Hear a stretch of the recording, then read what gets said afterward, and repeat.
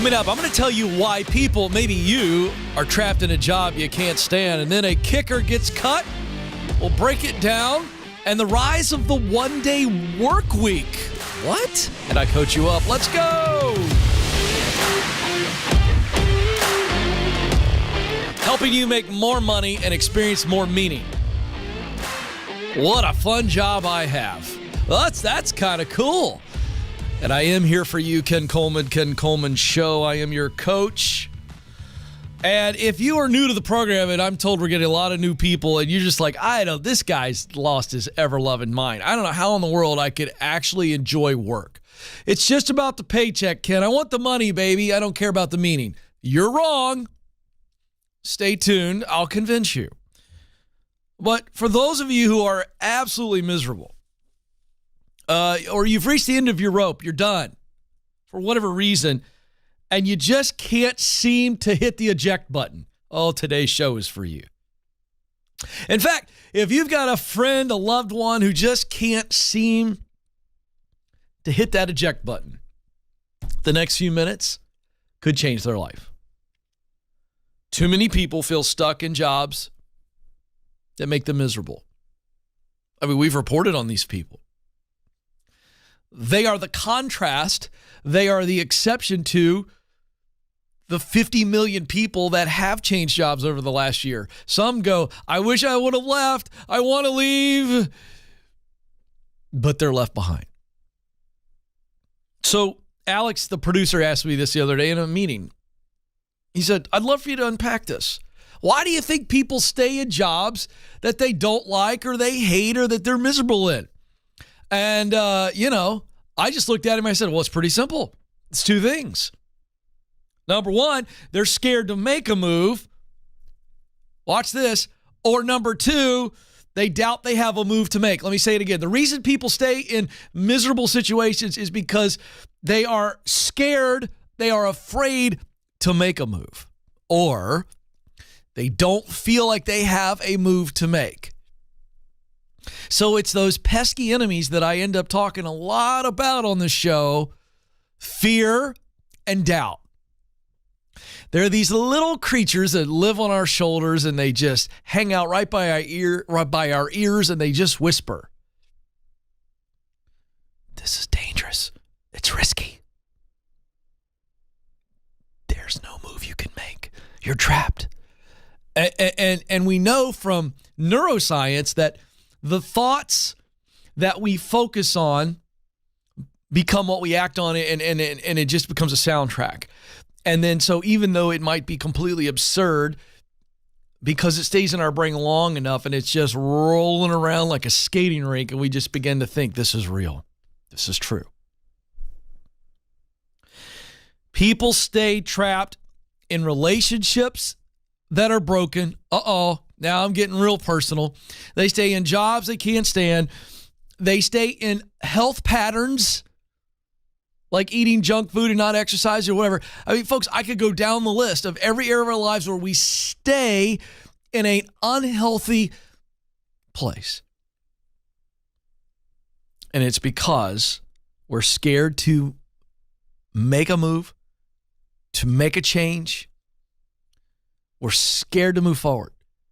The very thing that will allow us to get unstuck, we're scared of moving, or we doubt that there's a move that we can actually make. And I would suggest to you that the people who stay stuck for the longest time, I think they're victim to both of those little enemies, fear and doubt. I think both voices are working. Well, I could make a move, and it's really crazy risky. And outside of that crazy, scary, risky move, there is no alternative. I mean, we hear it all the time when callers call in on the show to get coached. The only opportunity I have is so crazy risky I can't even bear the thought, and outside of that opportunity, there is no other way. And this is the 1-2 punch of fear and doubt. The reason that we allow fear and doubt to win the day and keep us held back is because we don't get clear. See, when fear and doubt are protecting us, We don't need to get clear. I've said this before. I always like to show the other side of the coin. When fear is protecting me, I don't need clarity because in the moment it is clear. If I'm on a hike and I get too close to the edge and the soil moves beneath me and the rocks fall and I realize, whoa, one bad move, I could fall over the side of the mountain and die. Fear's not lying to me. And in that moment, I don't need to get clear. It's very obvious. Back away from the side of the cliff, Coleman, or you're going to fall and die. Okay? The second, the other side of this is when I doubt something that's protecting me, I'm protecting myself from maybe a poor investment. Let's say some friend meets me and says, hey, let me tell you about this new scheme or this new get-rich-quick, multi-level marketing or crypto or whatever it is, and I got some doubts. See, I don't need to get clear there because what I've just heard doesn't add up. I'm talking about when fear and doubt, when it's not completely clear and completely obvious, that is usually a sign that fear and doubt are holding you back. So what do you have to do? You have to get clear. You got to push in now. Now you push in. Okay, what is true? What do I need to know? Who do I need to talk to verify if this voice of fear and doubt is holding me back because it's not true? So there are 3 stages in the 7 stages of the clear path that I've created. If you want to discover and do what you were born to do, there's 7 stages. Stage 1 is get clear. Stage 2 is get qualified. Stage 3 is get connected. And so if you want to get out of a poor job situation, it is as simple as engaging in those 3 stages. Get clear. What do I mean by get clear? Well, first we want to get completely aware of who we are uniquely. There are 3 stages to it. Or not stages, 3 elements. And here it is right here. This is the Get Clear Career Assessment. This is a printout. Okay, right here. And in this report, you're going to see what you do best. Talent. Think of those as your premium tools that you bring to the workplace. You're going to see the work that fires you up, that you love. You're going to see the results that motivate you. So that's getting clear. Oh, I know who I am, what I want to do, and why I want to do it. I can see all the different places in the world at work in which I can not only be really good at it, make a good paycheck, but also enjoy it. Stage 2 is get qualified. So once I know what I want to do, in other words, the mountain I want to climb, what equipment do I need? What kind of physical shape do I need to be in for the climb? For getting the job, there's 4 qualifying questions. What do I need to learn? Is it traditional education or non-traditional? What do I need to do that's experience? How much is that going to cost me? And how long will it take? And while I'm gathering those answers, I'm also getting connected with people that are in that field. And so now I'm in stage 3 while I'm in stage 2. I'm getting clear. I got clear. Now it's all about getting qualified and getting connected so that I have opportunities, and opportunities coming to me and knock on my door. It's that simple. Now, those are just 3 of the 7 stages. The rest of the 7 stages are in the book, Paycheck to Purpose. It's on the shelf behind me. But those 3 stages will allow you to get unstuck and to go, hey, I've got confidence that I should leave and that I could leave. And so thus, I leave. You don't need to be stuck. Coming up, the rise of the one-day work week and a rookie kicker gets cut for missing. What does he do next?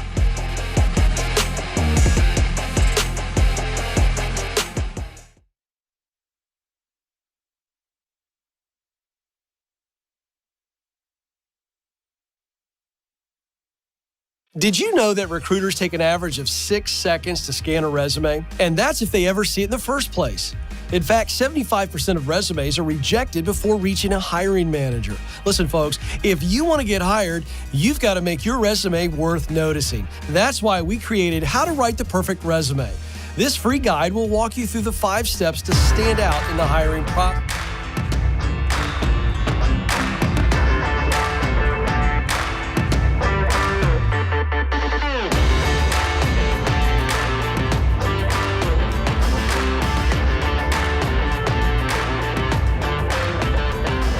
One of these days, I'm going to release a soundtrack of the conversations I have with the team during the breaks. They're quite fun and entertaining and random at times. You'll have to wait for that coming to a record store near you. No, I'm kidding. Hey, every day on the show, we have a few moments where we get to meet viewers and listeners where they are. They call in and we call it our coaching sessions. But, I'm limited to how many people I can coach, obviously, and the amount of time I can give the people that I coach live here on the air. But that's why I created the Ramsey Career Coaching option. This is a wonderful option for some of you who are, you're at a real, let's call it a real space, a real moment where you've got to decide. I'm either going to keep growing or I don't know if I can keep going. And that's why you need a coach. Space is limited, but we do have spots open. We have listeners and viewers right now engaging with our Ramsey career coaches. These men and women I've vetted personally. I know all of them. They're great at what they do. KenColeman.com/coaching if you want to sign up for that. KenColeman.com/coaching. Okay, couple things to get to here. We got a little bonus teaching here coming up out of the NFL training camp news, so you don't have to like football to enjoy this. Okay, this is going to be good. But first, I love being a man of the people, telling you folks what to expect, how to deal with what may come. Well, here we go. The rise of the one-day work week. The number of people coming to the office once a week has soared in recent months. As you still have employers like Apple, they're kind of the biggest brand right now that have still allowed people to work from home. They've announced there's a come back to work date. So as that is beginning to get closer, people are coming back to the office, but the data says there's only one day a week. A full 50% of office visits globally were just once a week in the second quarter, up from 44% in the first quarter. This according to Basking, a workplace occupancy analytics company. Now, I got to tell you, when I hear things like this, Alex, I'm stunned that across the globe, 50% of workers are only coming in one day a week. We've been in for so long, I don't remember when we weren't in. As a matter of fact, Joe knows this. We never missed a day during the pandemic. It's not a badge of honor. It's just what happened. We had to do our show. So because we were media, we were allowed to come in and do that. And so, for me, it was like, hey, I don't even know what that's like. It's a staggering number if you look across the globe. Even with the most firms implementing a 3 days in the office hybrid policy, most employees prefer visiting the office just once a week. This is a quote from Elder Gizatov, easily the most fun name I'll say all week on the show. He's Basking's chief executive officer, and he's commenting on the report. The pandemic has accustomed people to work remotely, and there's not a concrete reason in most professions to return to the office. Well, woo! Oh, man. Some of these CEOs like Jamie Dimon, we talked about him yesterday. Boy, he likes to rant and rave while tracking his employees. There is a battle line being drawn, and I can tell you right now, I have no idea where it's going to go. I have no clue how it's going to work out, but you're going to see. And here's what's crazy. These employees know how valuable they are because of the Great Resignation, and there's this gap for workers. And so, are they going to stare their leaders down? Are they willing to lose their job over this? There's some angry young man on YouTube who just isn't happy, who comes after me every time I say things like this. Apparently, I don't even know his name. And I don't care. But I didn't say that you shouldn't stand for working remote if that's what you want to do. But I'm telling you, a choice is coming. And I don't know how long employees can call the bluff of their leaders on this. Work from home habits are settling into industry-specific patterns. No surprise here. About 55% of workers are in person full-time, mostly in frontline jobs like retail, food service, and manufacturing. Roughly 30% have hybrid arrangements. These are typically managers and more white-collar jobs, while 15% of workers are fully remote, largely in support roles like payroll and information. So it's gonna be interesting.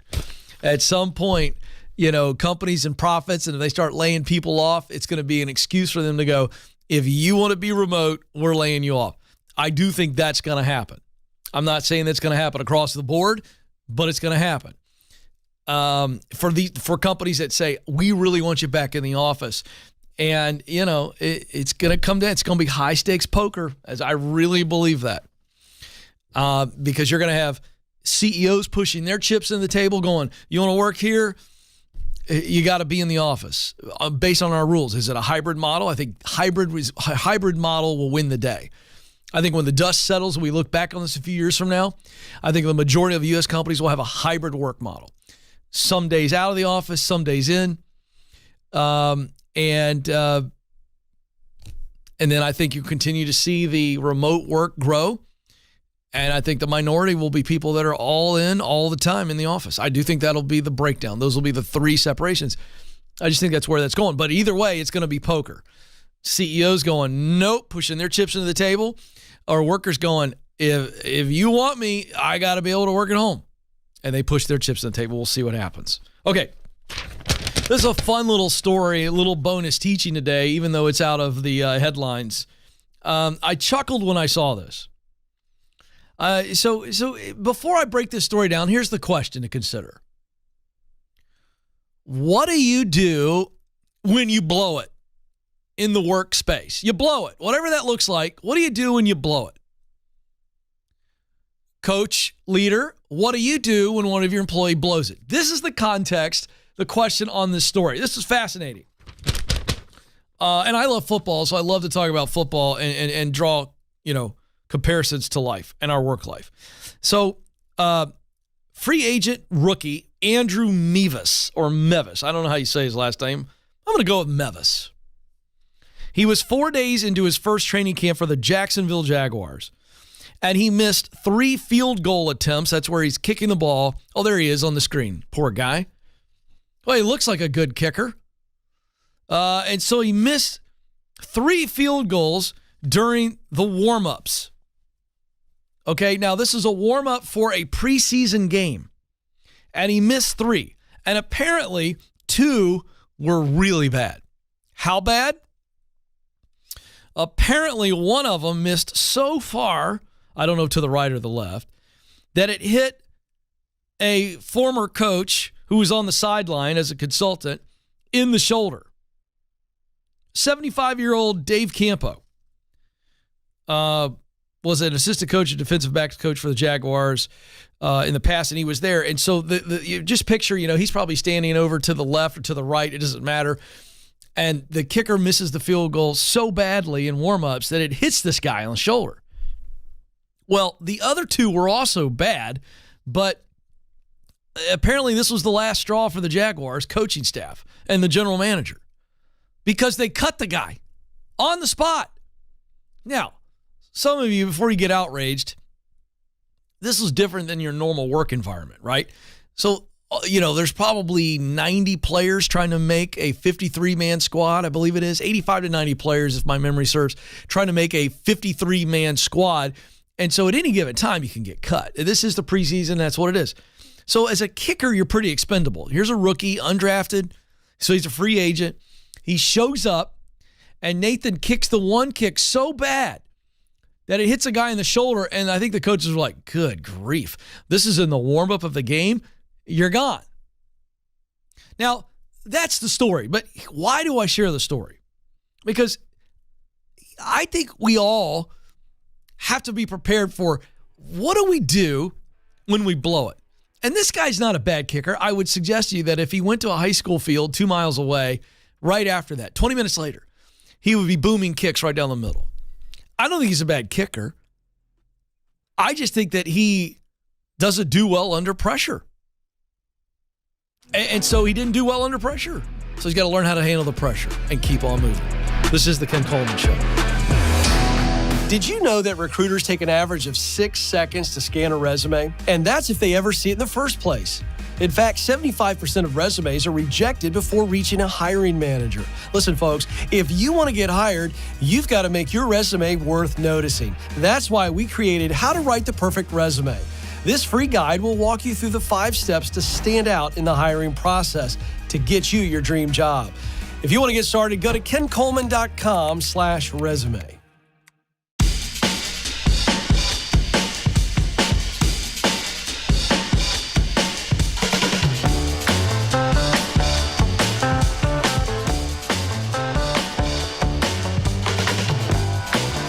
Helping you make more money and experience more meaning. This is the Ken Coleman Show. I'm Ken. Thrilled you're with us. So I got to cover a couple of things here that are really, this is really fun. This is really fun, and I got to make sure I have all my stuff here. What did I do with my stuff here? I've got I got one thing, but I don't have the other. Where is my Gen Z stuff? Oh, okay. I think I gave that to you, Alex. All right. Well, we'll get that in a second. Okay. So TikTok again. This hilarity, people going on TikTok and just posting real stuff from what they experience, and things go viral. It's fascinating. So here's one.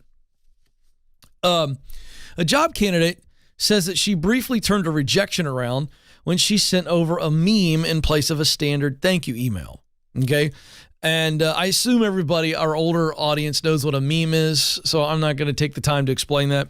Carly Swanson, a resident of Virginia, claims she applied to a job and then received a rejection email from a company. The company reportedly changed its stance and then invited her in for a job interview after she sent the popular "Why Though" meme. Now, do we have that image? I don't know if we have that image. Okay, so here's what we're going to do. We're going to show you this "Why Though" meme because I didn't know what it was. It's pretty funny. But we're going to show you the clip of this lady talking about what happened on TikTok, and be forewarned, apparently she just woke up from a nap. I don't know what's going on with these people showing way too much of their life, but here is Miss Swanson.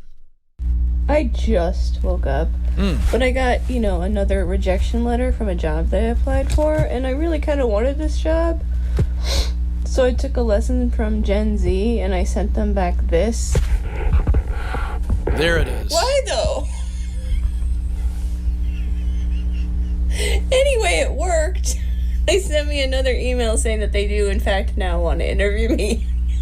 I believe that worked.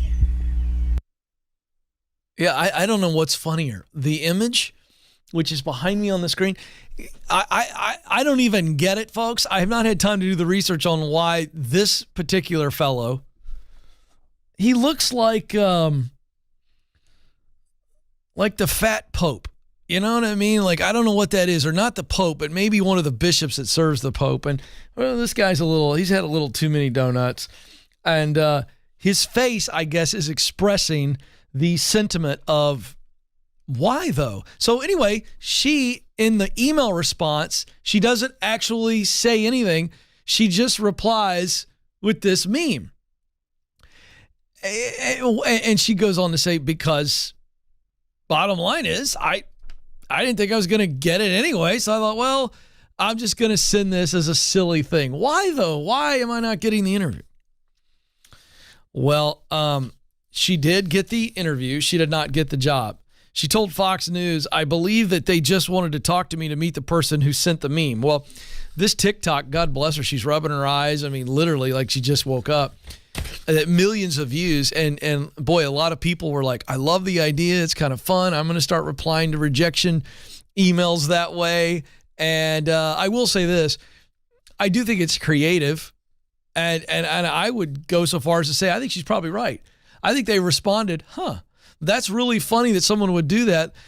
Maybe we overestimated this person. They seem to be having fun with this. They didn't, because I imagine how many HR emails are sitting somewhere where people just let HR have it when they didn't get the interview, right? That has happened before. And so I think that got their attention. So, look, in today's world, it's about standing out. And if that kind of thing works, you want to take a shot at it, all right, go for it. All right, I want to pull up this other article here on my computer, folks. You'll have to forgive me because I didn't bring it in with me, absent-minded as I am. The article I want to share is from AOL. I didn't even know AOL existed until I clicked on this article. True story. I thought AOL was dead. Had no clue. But this is the article, Gen Z jobs, the 3 most popular gigs and companies that Gen Z wants to work for. Okay. Before we get to that, I thought I'd add this because I have a lot of Gen Z watching on YouTube. So the 3 most popular areas that Gen Z wants to move to for work, and it has a lot to do with the type of work in some of these places, are Scottsdale, Arizona, which, by the way, I'll be out there in September for our Building Wealth events, Ramsey Solutions, and I'll be playing golf out there. I'm very excited about that. I thought I'd tell everybody I'll be playing golf 2 days in a row. Me and Dave Ramsey are going to play some desert golf. Very excited. Arlington, Virginia, which is a suburb of Washington, D.C., and then Boise, Idaho. But what's funny is those cities don't have some of the larger companies that Gen Z wants to work for, our offices there, and those 3 are Microsoft, Google, and Morgan Stanley. For whatever reason in this survey done by AOL, take this as you may, those are the 3 companies.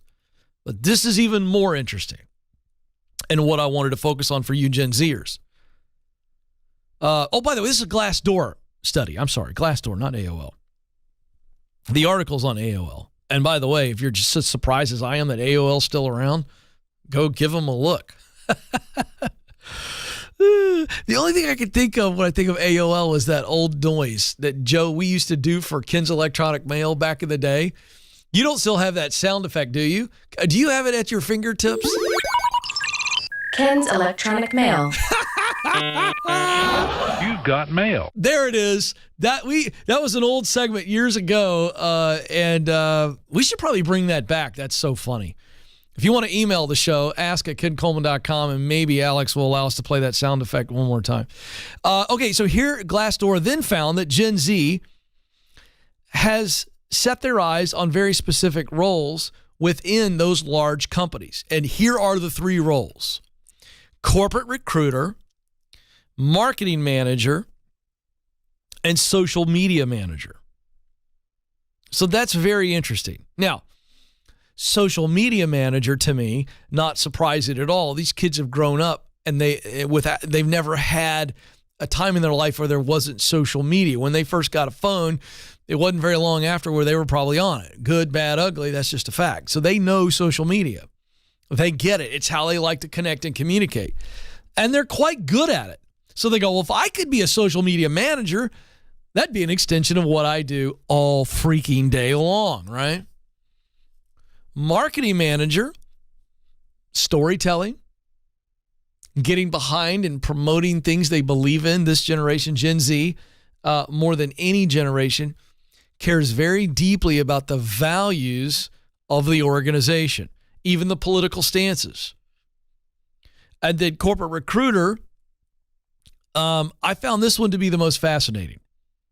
And if I were to take a guess as to why Gen Z is interested in corporate recruiting, because I think for them it is another social function where they see themselves as helping someone land a job.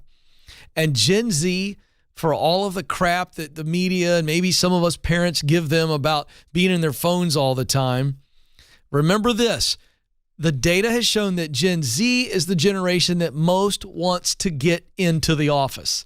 You remember that? We reported on that a few weeks ago on this show. Why? Because they are the screen generation, Gen Z values face-to-face human interaction more than previous generations. They're on their screens all the time. And when they're off, baby, they want to be traveling in packs. They want to be hanging out with people. So it stands to reason that the generation that most wants to go back to work into the office because they crave relationship, it's Gen Z. And so if they're recruiting and helping other people get jobs, it's why they're looking for this. And leaders, you got to pay attention to this stuff. They crave connection and relationship. And so these kids are also saying, I want to work in the office. I don't want to work remote. I want to work in the office. Pretty fascinating stuff on Gen Z. All right, coming up next, it's time to coach some people up. Brian is on the line waiting in Palm Springs. Boy, I wish I was out there playing golf.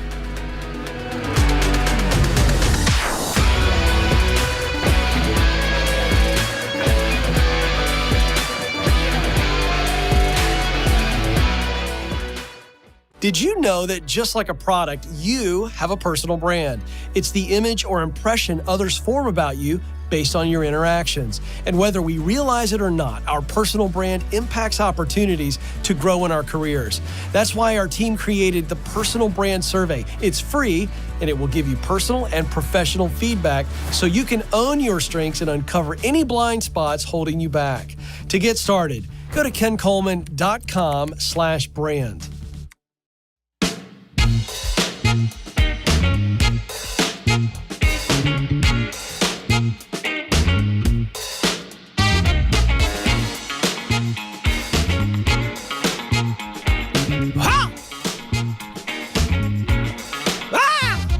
Felt like I needed to do that. I didn't get enough guttural scream on that. I was trying to pull a little James Brown, but I've trained my voice. I got to get that gruff. I was trying, and it ended up like a cat.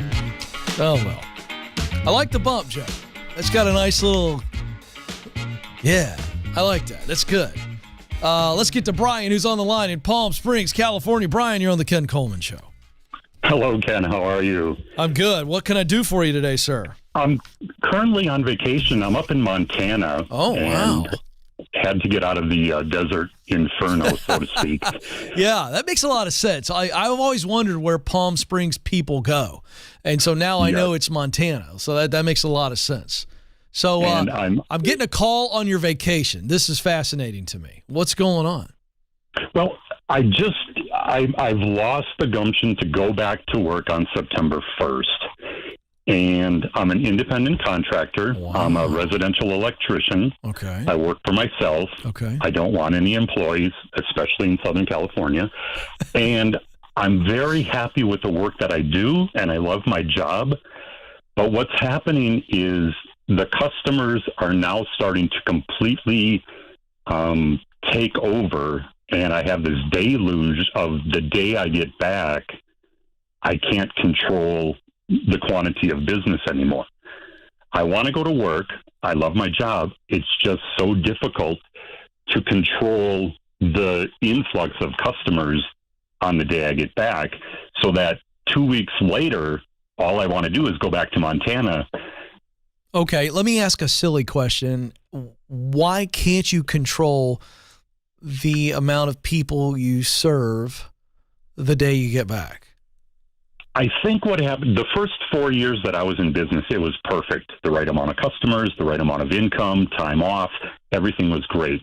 Then when COVID hit, so many electricians would stay home, lay on the couch, collect their government check, and not go to work. People still needed electricians. Yeah, So I know, but hold on. I appreciate what you're saying. I know exactly where you're going. I'm not cutting you off because I'm being unkind. I know exactly where you're going.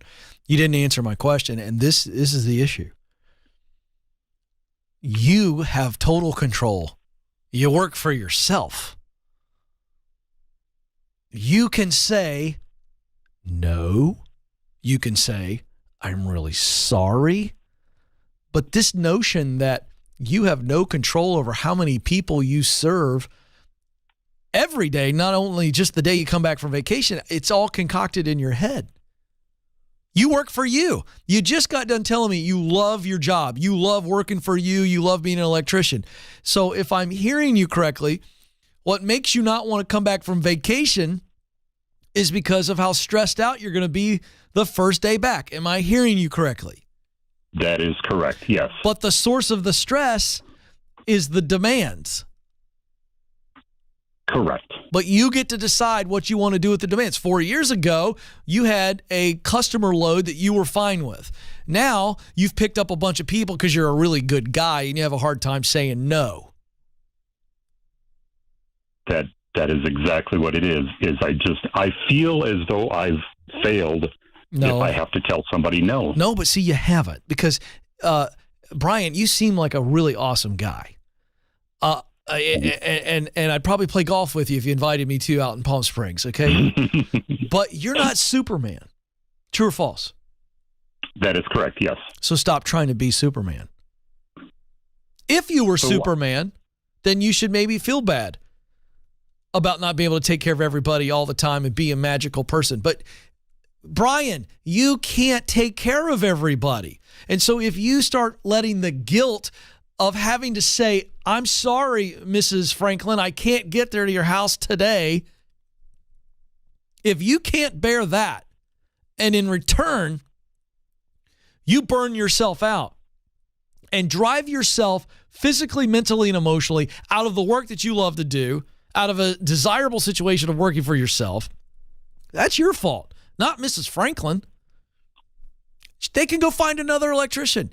You're going to have to just choose. Who am I grandfathering into my business, and who am I going to say, look, I got to tell you, I've taken on so many people in my desire to help. I simply cannot get there. And today is the day you decide, Brian, because you're on vacation. You get to decide, Brian, I'm only going to take care of X amount of people per day. And outside of that, I'm going to apologize and do my best to help them when I can. Set yourself free, Brian.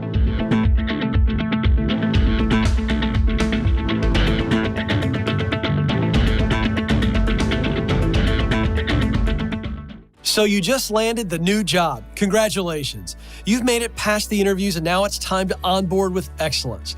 That's why I created How to Stand Out at Your New Job. This free checklist will help you succeed from day one and may even help you get promoted. These practical steps set you up to add value, help your team win, exceed your leader's expectations, and ultimately set you up for a successful transition. To get started, just go to kencoleman.com/new.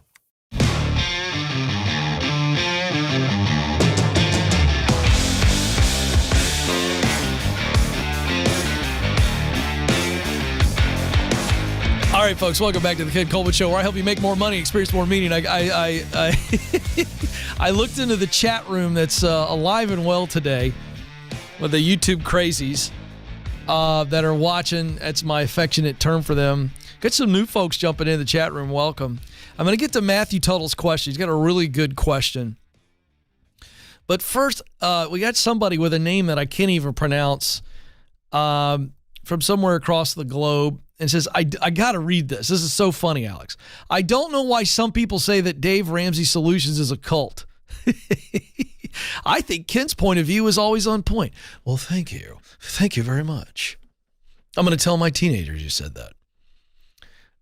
It makes sense what he says. I'm not affiliated with Ramsey, but I do find his show information. Well, first of all, we are not a cult. Thank you very much. And so there you go. All right. Let's get to Matthew. He says, I hate my job. I'm working for the evil government, but where else are you going to go without any education or marketable skills? Matthew, thank you so much for asking this question. First of all, you've created this false narrative that you don't have any marketable skills. First of all, I don't believe that, because I know you have talent, because you're a human, Matthew. So if you are a human, then you were born with talent. End of story. Now, that talent can be honed into skill. All right? So you do have marketable skills, Matthew. Secondly, to say that the government is the only place that you can go work is another total preposterous false narrative. So, Matthew, that's all I got, because that's all you gave me in the chat room. But here's what I want you to do. Matthew, if you're listening, Matthew, email the show, ask@kencoleman.com. Put in there, I'm claiming my Get Clear assessment. Amanda will get you, or Alex will get you, a Get Clear assessment link. I want you to take it, and then I want you to call my show. We'll get you on the air, because it's nonsense to believe that you are limited just working for the government. All right? And then here's another thing you ought to do. I talk about ZipRecruiter every day on the show, Matthew. Why wouldn't you go to ZipRecruiter? It's a free service. And you might discover new jobs, things that you never even realized that you can do right now. Matthew, it's free to you. Go to ZipRecruiter.com/Ken and let them start working for you, promoting you, bringing you opportunities. Don't wait on the assessment. Go to ZipRecruiter.com/Ken today. How about that? Let me tell ZipRecruiter how I just seamlessly worked that one right in there, because it actually works. It's a great service. By the way, I endorse them because I'm not selling you anything. It doesn't cost you folks anything to sign up at ZipRecruiter.com/Ken. So go for it. All right, Sarah's been very patient. We go to Corpus Christi, Texas, to talk to Sarah. Sarah, you're on the Ken Coleman Show. Hello. Thank you for taking my call. You bet. My question is, hi. I've been in my job for like 20-some years, along with a lot of my other coworkers. Like, there's probably like maybe 9 of us that have been there 20-plus years. Wow. And, yeah, and we have, some new employees that have been there maybe like, 2 years. And the people that have been there like me, our pay hasn't gone up in a few years. Like, we've been, we've already reached our max. So these new employees that have been there a few years, they came in and, they went somewhere else, showed up with the letter of intent, threatening to leave. And, and then they get sign-on bonuses, $10,000 to stay for 2 years. And then they get raises. And then we're just like, what? Like, what about us? All right, so let me understand this. Nothing has been done for us. All right, so you haven't had even an annual pay bump of 2 or 3 or 4% over the last 2-3 years? What they do is they give you like a little lump sum bonus when you. All right, so you have all right, and then what you're telling me is these people that have been there a lot less time than you, they said they were leaving. They basically resigned and said, I'm going somewhere else. And then the company responded by giving them a $10,000 bonus. Is that what I'm hearing? Right. Yes. Sounds like you should have been in their group, huh? Yes. I mean, they basically said, I'm walking, I'm out. Right. Because we have like a shortage in our department. Right. But so here's the deal. What's keeping you there? Well, I've been there a long time, and I mean, I've heard other places from what I do, other hold on. Places. Okay, if that's your answer, and I'm okay with that being your answer, then this is not me responding to what these other employees did, but it's time for you to look elsewhere, and then you can play the same strategy they did. But the fact of the matter is you want to leave. You're not negotiating or playing a game. You have a job to go to, and if they somehow go, oh, wait a second, Sarah, we don't want you to leave, and they make it amenable for you to stay, then that's your decision. But when I ask someone who's been at a company 20 plus years, what's keeping you there? And your answer is, well, I've been there a long time. That's not a good sign, Sarah. Am I right? Yes. Okay, let's have fun with this, Sarah. How much money do you make right now? I make like $64,000. All right. What if I offered you $75,000 right now, doing the exact same kind of work you do somewhere else? Done deal. You just go over there starting tomorrow morning. What would you do? Would you go over there or would you stay where you are? I would go. Why? Why would you go over there? You've been in this place so long. Why would you go over there? I'm serious. Money, but what? Also, it has a lot to do with the environment, the work environment. Yeah. Like, is it going to be good? I believe that this place has sucked the soul out of you. I don't know if it's completely gone, but your work soul is close to being in evaporation zone. Am I right or am I wrong? Or maybe it's already evaporated. Oh, yeah, it's evaporated. I go to work like, okay, pays the bills. Sarah, this is the time to look. Did you call? Why did you call me? I think you called me for permission to leave. Am I wrong? I guess, yeah. Don't tell me if I'm wrong. I don't mind being wrong. I'm taking a guess. Why'd you call me? Seriously, why'd you call me? For a solution. I got the solution. But the question is, are you willing to do it? I would suggest to you that you have wanted to leave for quite some time. Is that true? Yes. But the reason you haven't left is exactly what I started with today's teaching on. And I don't know if you heard me start today's show, but I said the 2 reasons why people stay in a job they can't stand, and that's you, Sarah, is because they're afraid to make a move, listen, or they doubt they have a move to make. I think you're both of those. I think you're afraid to make a move, and I think you doubt that there might even be a move to make. Is this true or false? True. I'm sorry? True. It's absolutely true. So, I'm going to give you the advice that I gave everybody else when I started today's show. The thing that you need to focus on is getting clear on what you can do from a talent standpoint, what you want to do from a passion standpoint, work you enjoy, and what results you want to create in the rest of your work life. That's talent, what you do best, passion, work you love, mission, results that motivate you. Sarah, I'm going to give you as my gift the Get Clear Career Assessment. It's right here. Okay, it's a printout. It's going to give you an unbelievable report, and I'm going to give you my best-selling book, From Paycheck to Purpose. The Get Clear Assessment is the compass and the filter for all decisions, and the book, From Paycheck to Purpose, is the guide to climb up the mountain. If I give you those, you no longer can say that I'm afraid to make a move and I doubt that I have a move. Would you agree if I give you the tools? Yes. All right, Sarah. There's nothing else here to do but to say goodbye. And you got this. Hang on the line. We'll get you the assessment, the Get Clear Assessment, and the book From Paycheck to Purpose, whatever format that you want. Hey, you know what? This is great. We started by me saying this is why people stay in something they don't enjoy. They're afraid to make a move, or they doubt they have a move to make. Folks, it's that simple. And the antidote to that fear and doubt is clarity. That's why I do what I do. A person who is clear, watch, is confident. And a person who is confident is courageous. I got to get out of here. You matter. You have what it takes. Press on. Thanks for listening to The Ken Coleman Show. For more, you can find the show on demand wherever you listen to podcasts and watch the show on YouTube. You can also find Ken across all social media by following @Ken Coleman.